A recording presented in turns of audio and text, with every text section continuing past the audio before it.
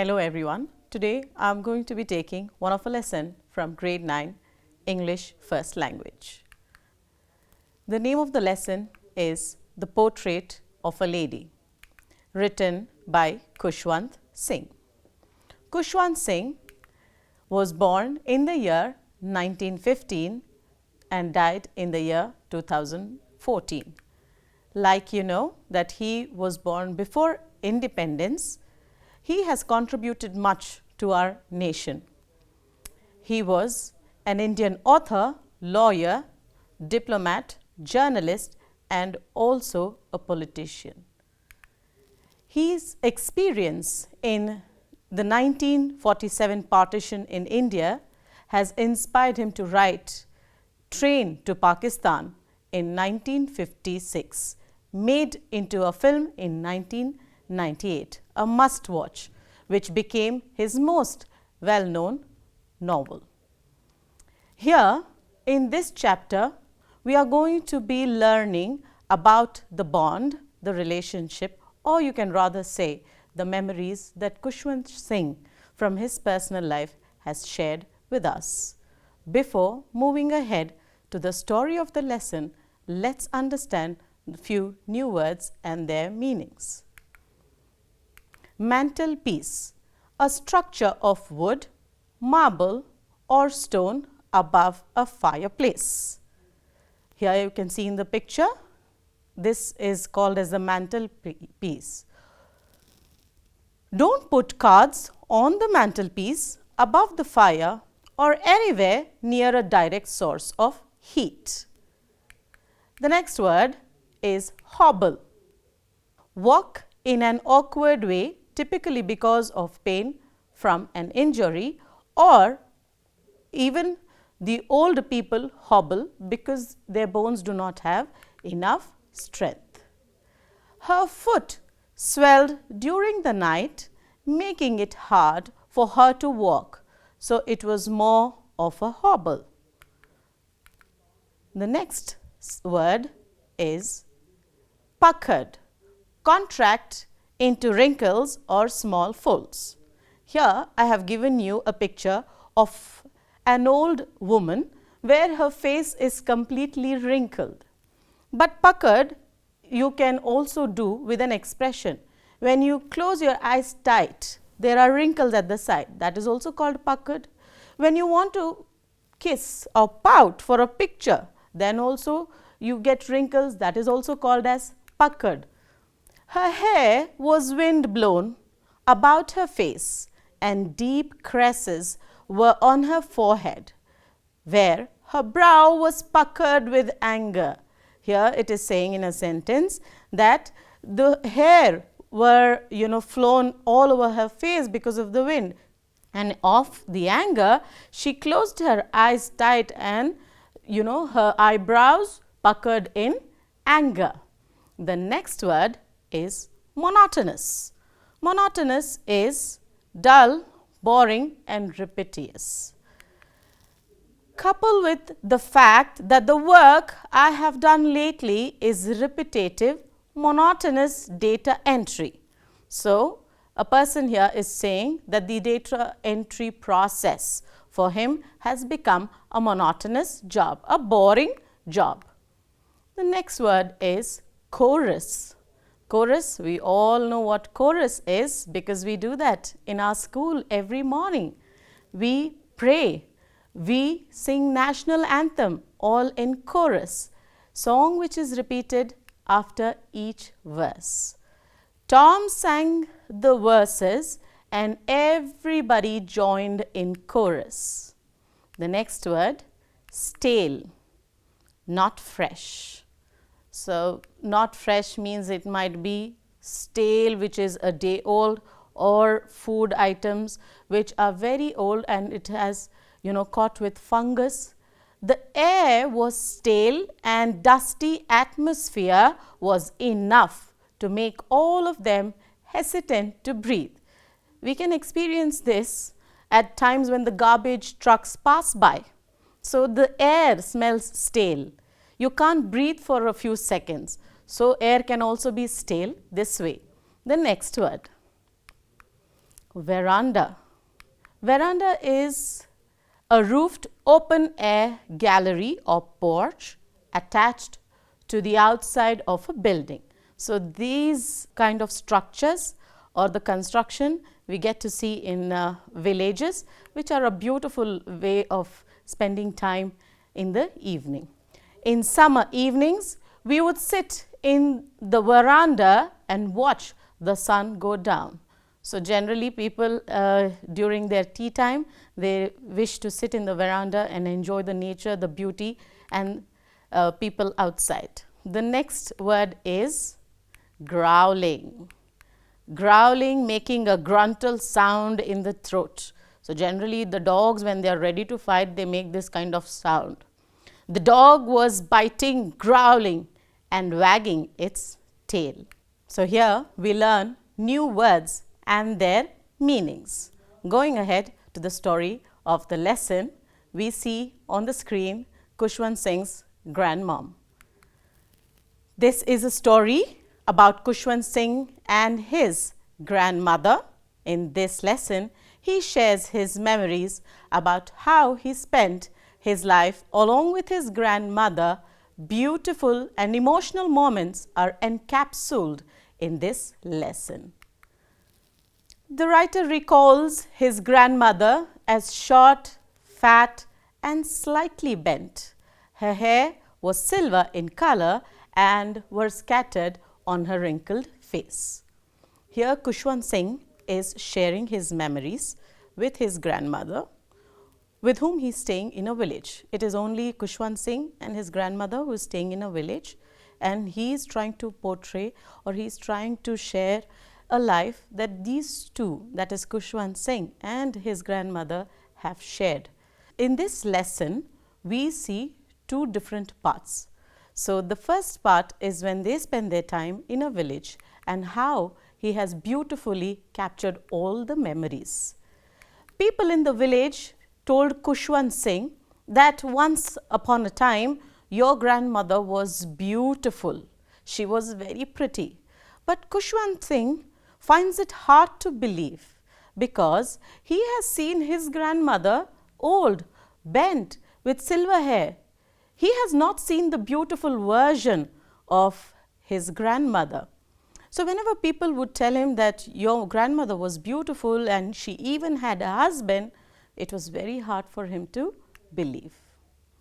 And about his grandfather, Kushwant Singh, about his grandfather, all the time he is seen only on a picture on the mantelpiece. The author describes his grandfather's portrait that was hung above the mantelpiece. Now, you remember I taught you mantelpiece just at the beginning of the lesson, where he was wearing a turban with loose fitting clothes and a long beard covering the best part of his chest and looked at least 100 years old.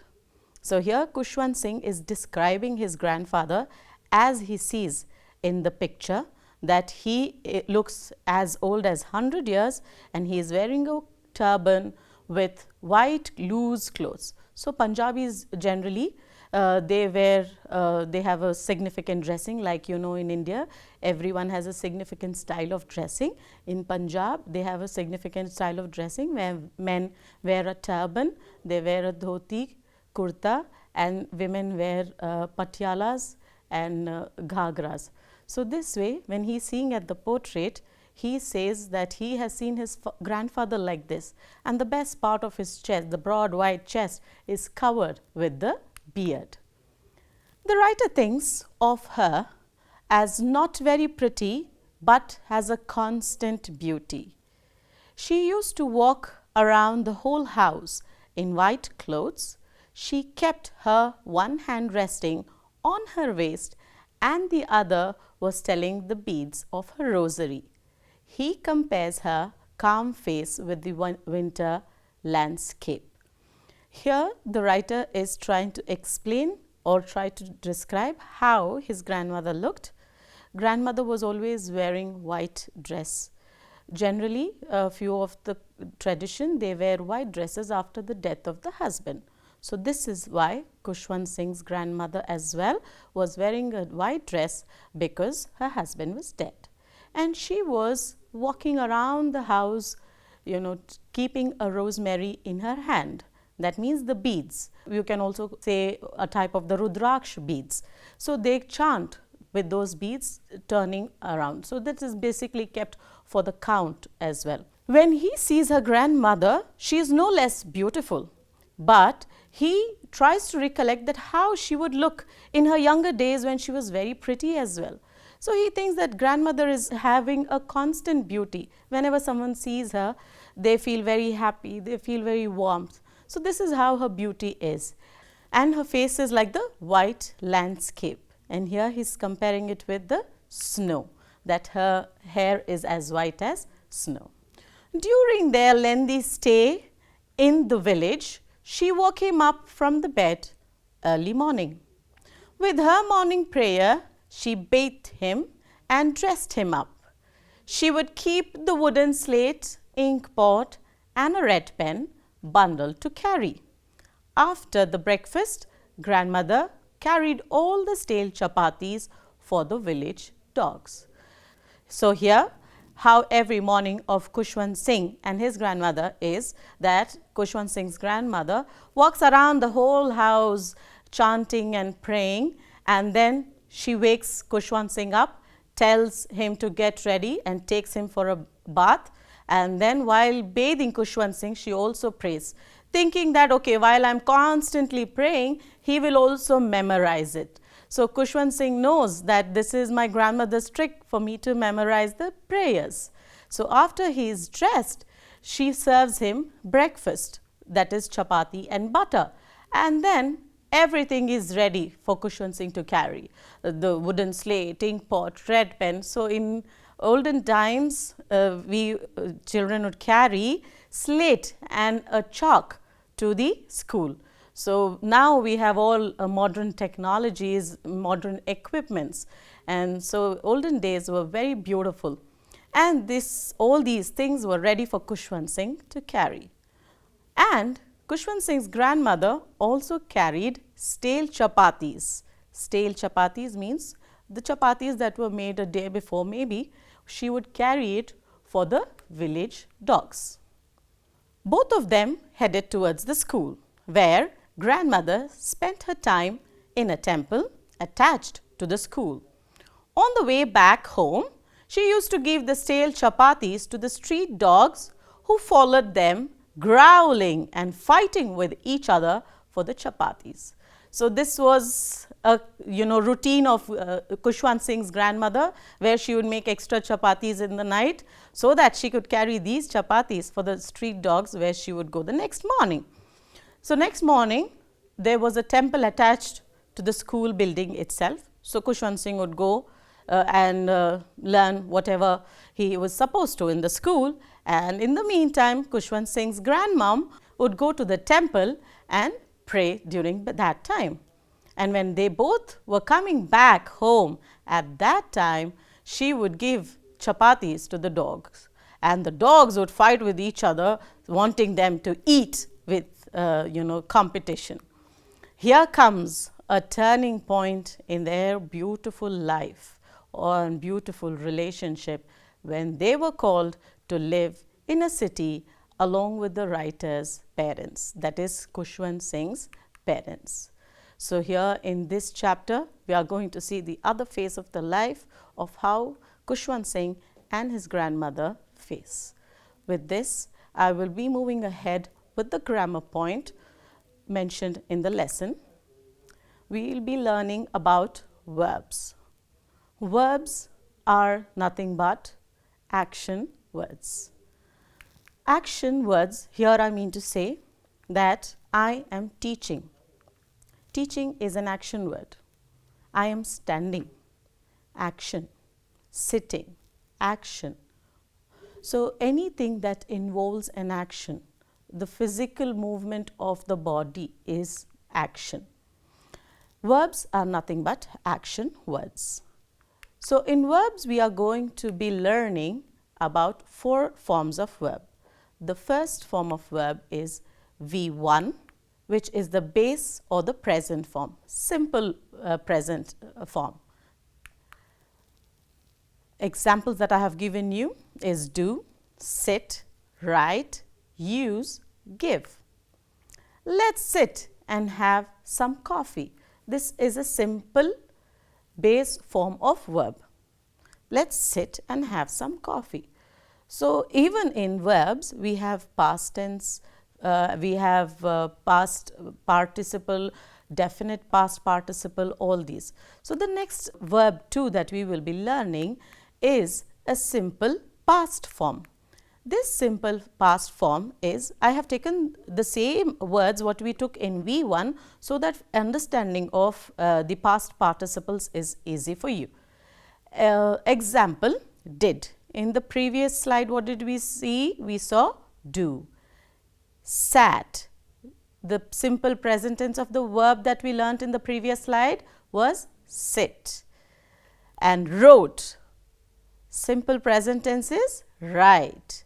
Used is past tense, use is present tense. So, like this, in verbs also we have tenses. I did my homework last evening. So, this is simple past form. The next one is V3, past participle form. This is the third form of verb where the examples are done, sat, written, used, given. Anna's uncle had written her a letter. Present participle form, and here the words that I have taken for example is doing, sitting, writing, using, giving. So, here we have understood the same words I have taken with the changes of tenses, so that the understanding for you is better. The example of a sentence is, we all are sitting and watching the Avengers. We are going to construct exercises on V2, that is past perfect form, that is mentioned in your lesson. The tense of a verb tells us the time of an action or when the action has taken place. So, verb we all know that it is an action. So, what is the tense telling us with the verb? It is telling us that when and how and where it is taken action. The past perfect tense, like I told you, V2 is a past form of verb, and here we are going to learn about past perfect tense. This past perfect tense we are going to construct with had, HAD, had, plus the past participle form. The examples I have given you, they had told my sister about the surprise. That means they are sure, they are confident, which is happened, it is mandate, it is done that way. So, we will say they had told my sister about the surprise. I had taken my dinner before they arrived. So, here I am sure that I have done it. It is the past perfect form that I had taken my dinner before they have arrived. We had expected better results.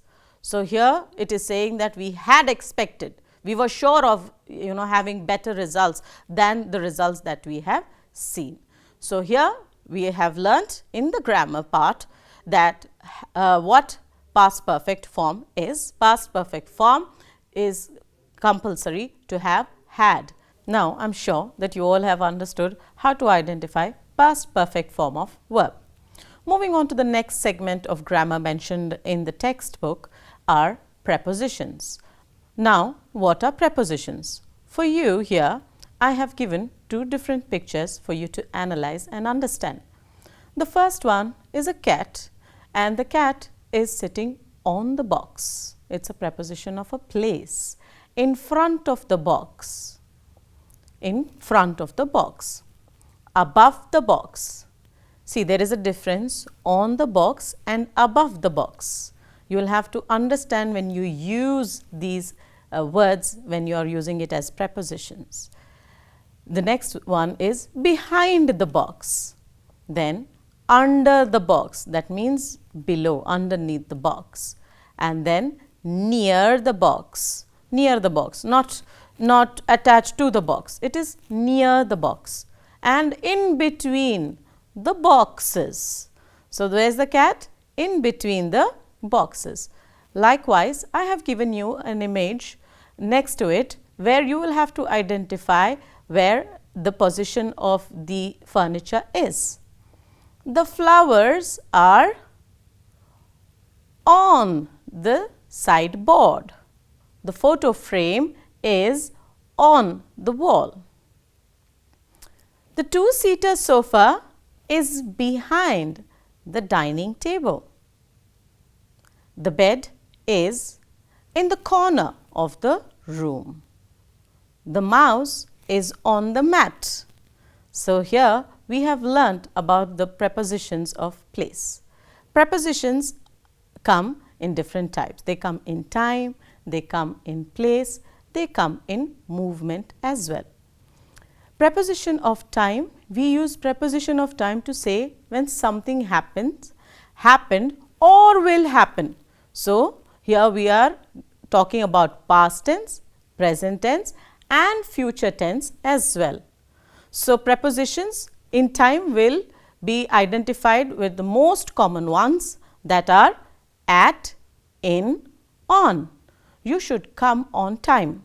You should come well within time. The next is the preposition of place. We use prepositions of place to say where somebody or something is. Like in the previous slide, we read as to where the cat is: on the box, above the box, under the box, in the same way. Then there is the preposition of movement. We use prepositions of movement to show the direction in which somebody or something is moving. Let's quickly do an exercise which will help you understand the prepositions more in detail. I have here given a paragraph about a person in Germany who loves to travel and enjoy his time over the weekends. I am Peter and I live where? In Germany. So, how do we understand where the preposition? As to the preposition of place, we have to get the answers of where. So, I am Peter, I live in Germany. In summer, I like to travel to Italy. Here in is a preposition again. It is answering a question when. So, here we have finished an answer to where. Now, we are finding an answer to when, the preposition. When, in summer. In summer, I like to travel to Italy because of the weather and people there. Last summer, I took a plane from Munich. Preposition of place. From where? From Munich to Rome. From the airport, we went to our hotel by bus. How did you go? By bus. We stopped at a small restaurant for a quick meal. Where? At a small restaurant. The driver parked the bus behind the restaurant. Where did he park the bus? Behind the restaurant. Nobody could find the bus and the driver. So, we waited outside the restaurant for 1 hour. Where did you wait? Outside the restaurant. For how long? For 1 hour. The driver was walking in a small park near the restaurant, which we did not know. Where was he walking? In a small park. Preposition of place. Where was the park? Near the restaurant. We learnt near the box of the cat, like that, near the restaurant. So, we were very angry with him, but my holidays were great. We sat round campfires and were dancing till the early mornings. So, they are telling about the campfire. Campfire is a fire lit in between and people sit around it and they enjoy their time singing, dancing and playing.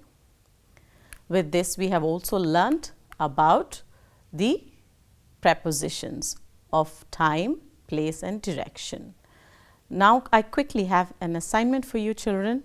I want you to do it with all your efforts by reading the textbook thoroughly. The first question is, briefly describe how Khushwant Singh's grandparents looked. So, here you have to describe how Khushwant Singh's grandmother and grandfather looked. Here you will have to describe in different paragraphs. You should not write everything into one and make it look cluttered. You have to divide it into paragraphs and write it neatly. How was the life of the author and his grandmother in the village? Like I told you that the story is divided into two segments, that is during the stay in village and the stay in the city. In today's chapter, we have learnt about the stay of Khushwant Singh and his grandmother in the village. So, you will have to write about the entire stay in the village, what was their routine, how did they enjoy their life and things like that. And after that, into the grammar part, I want you to pick out at least 5 past perfect form of verbs from this lesson. Now, it is very easy for you to find out the past perfect form of verb. How will you find out? Had plus the past perfect form of verb. It is much easier for you to do now, and I am definitely waiting for the next class, the next session, where we will be learning about the life and the changes for a good or for a challenge for both Khushwant Singh and his grandmother. Thank you children. You all have a wonderful day.